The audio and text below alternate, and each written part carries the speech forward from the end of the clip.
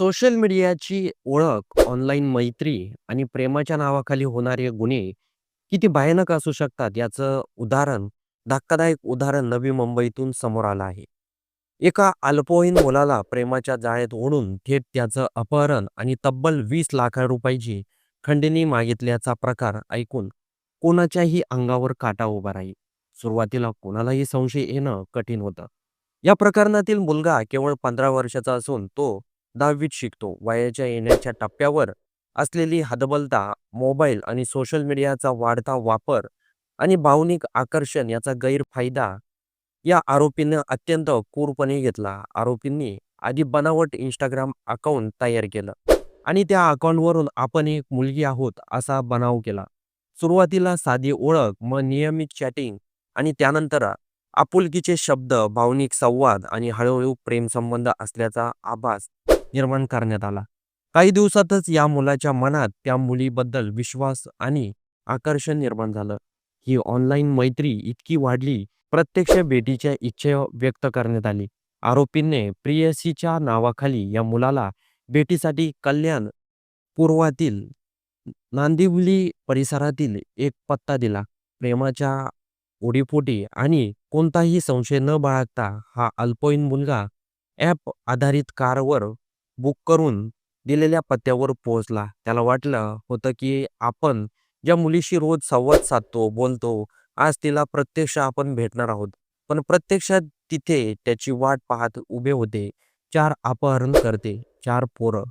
मुलगा त्या कठीण ठिकाणी पोहोचताच या चौघांनी त्याला ताब्यात घेतलं आणि जवळच असलेल्या इमारतीतील एका खोलीत डांबून ठेवलं. या क्षणापासून त्या मुलासाठी प्रत्येक मिनिट भीतीचा होता. ओळखीचा कोणीच नाही, मोबाईल ताब्यात नाही आणि समोरची अनोळखी चेहरे. या आरोपींनी लगेच पुढची पायरी सुरू केली.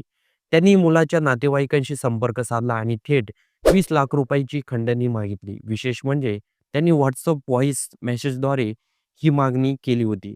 ज्यामुळे नातेवाईकांची भीती आणखी वाढली. आपला मुलगा कोठे आहे? तो सुरक्षित आहे की नाही? या चिंतेत कुटुंबीय अक्षरशः हादरून गेलं. मात्र घाबरून न जाता त्यांनी तात्काळ राबळे पोलीस ठाण्यात धाव घेत तक्रार दाखल केली. ही तक्रार मिळताच वरिष्ठ पोलीस अधिकाऱ्यांच्या मार्गदर्शनाखाली नवी मुंबई गुन्हे शाखाचा कक्ष क्रमांक 1 तातडीनं कामाला लागला आणि वेळ फार कमी होती. कारण अपहरण मुलगा अल्पवयीन होता आणि प्रत्येक तास महत्त्वाचा होता. पोलिसांनी सर्वप्रथम घटनास्थळ आणि आसपासच्या परिसरातील सीसीटीव्ही फुटेज तपासण्यास सुरुवात केली. मुलगा कोणत्या मार्गाने गेला, कुठली गाडी वापरली याचा मार्ग काढण्यात आला. तांत्रिक तपासाच्या मदतीनं ॲप आधारित कारचा क्रमांक शोधण्यात आला आणि पोलिसांनी यश आलं. त्या गाडीच्या चालकाला ताब्यात घेण्यात आलं. त्याची चौकशी केली असता त्याने मुलाला कल्याणपूर्वातील नांदिवली परिसरात सोडल्याची माहिती दिली. ही माहिती पोलिसांसाठी अत्यंत महत्त्वाची ठरली. त्यानंतर पोलिसांनी तात्काळ नांदिवली राजाराम नगर परिसर गाठला. संशयाच्या आधारे साई आराधना अपार्टमेंटमधील खोली क्रमांक 1 वर छापा टाकण्यात आला. पोलिसांनी दार उघडताच आज जे दृश्य दिसलं ते धक्कादायक होतं.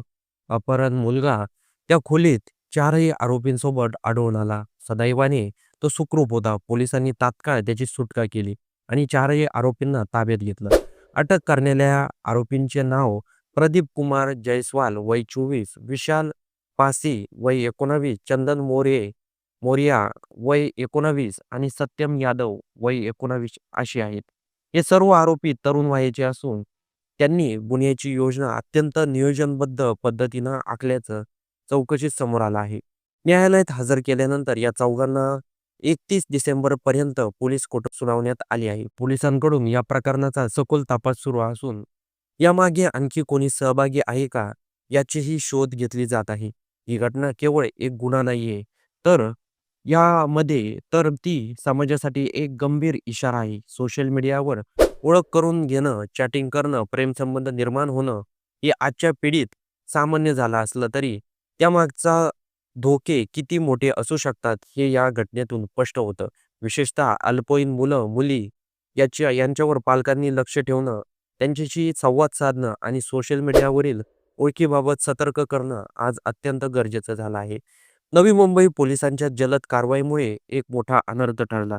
दिलासादायक बाब आहे. मात्र प्रश्न असा आहे, की अशा घटना थांबवण्यासाठी आपण समाज म्हणून किती जागरूक आहोत? ऑनलाईन प्रेमाचा थरारक कधी थेट अपहरण, खंडणीपर्यंत जाऊ शकतो, याचं हे जिवंत उदाहरण आहे. त्यामुळे सोशल मीडियावर दिसणाऱ्या प्रत्येक प्रोफाईलवर, प्रत्येक गोड शब्दावर आणि प्रत्येक मैत्रीवर आंधळा विश्वास ठेवणं किती धोकादायक ठरू शकतं, याचा विचार प्रत्येकाने करायला हवा. तर या संपूर्ण मुंबईच्या प्रकरणाबद्दल आपलं काही मत असेल, तर ते होऊ दे चर्चा चॅनलच्या कमेंट बॉक्समध्ये नक्की नोंदवून जा.